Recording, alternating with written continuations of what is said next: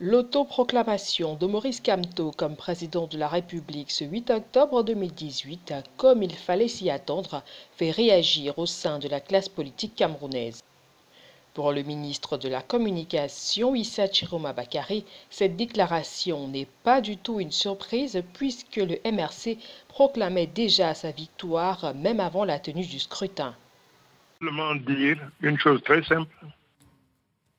2 jours avant l'organisation de l'élection présidentielle, le directeur de campagne de M. Maurice Kamto avait annoncé la victoire de son candidat et qu'il serait prêt à défendre cette victoire même au prix de leur sang, 2 jours avant l'organisation des élections. Il n'est donc pas surprenant que ces extraterrestres qui ont la capacité, qui ont la faculté de prédire et de lire ce qui n'est pas encore, ce qui n'a pas été écrit par les êtres humains, il n'est pas surprenant que dans cette logique de fuite en avant, alors que M.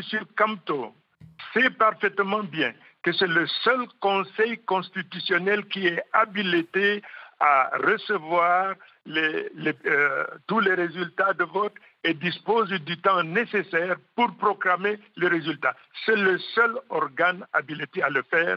Et avant leur engagement dans cette campagne, tous savent et tous sont tenus. On ne peut pas vouloir gouverner le Cameroun et se mettre au travers des lois qui gouvernent le Cameroun. Garga Manadji, autre candidat à cette présidentielle, s'est également exprimé. J'ai suivi à travers les médias, à travers les réseaux sociaux, il y a des gens qui sont tellement pressés de devenir président de la République qu'ils constatent qu'ils ne peuvent peut-être pas le devenir, alors ils prennent le devant en s'autoproclamant président de la République. Et si c'était aussi facile, il y aurait autant de présidents de la République que de Camerounais, c'est-à-dire nous aurions eu 22 millions de républiques. Maurice Kamto, en s'autoproclamant président de la République, se met en marge de la réglementation si l'on s'en tient aux propos du ministre de l'administration territoriale Paula Tangandji qui s'exprimait lors d'un point de presse le 7 octobre, soir du scrutin. En ce qui concerne la proclamation des résultats, le MINCOM l'a dit, seul le Conseil constitutionnel est habilité à les proclamer. Tous les acteurs sont obligés de respecter le verdict des urnes tel que proclamé par le Conseil constitutionnel. En cas de contestation éventuelle, il y a des voies légales qui sont prévues. En dehors de ces voies légales, aucun candidat n'a le droit de s'autoproclamer vainqueur ou d'engager des manifestations dangereuses qui sont de nature à perturber l'ordre public.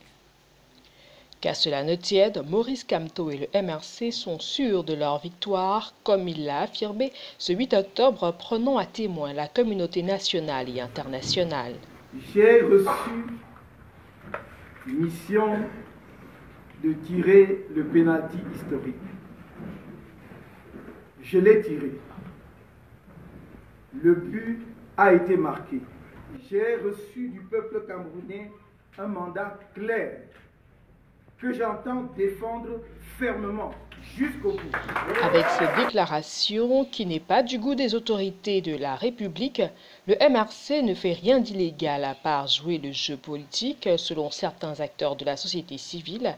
Qu'à cela ne tienne, avec la proclamation des résultats dans moins de 2 semaines par le Conseil constitutionnel, le Cameroun saura si Maurice Kamto est véritablement le nouveau président de la République ou alors l'identité du président de la République pour les 7 prochaines années sera enfin révélée.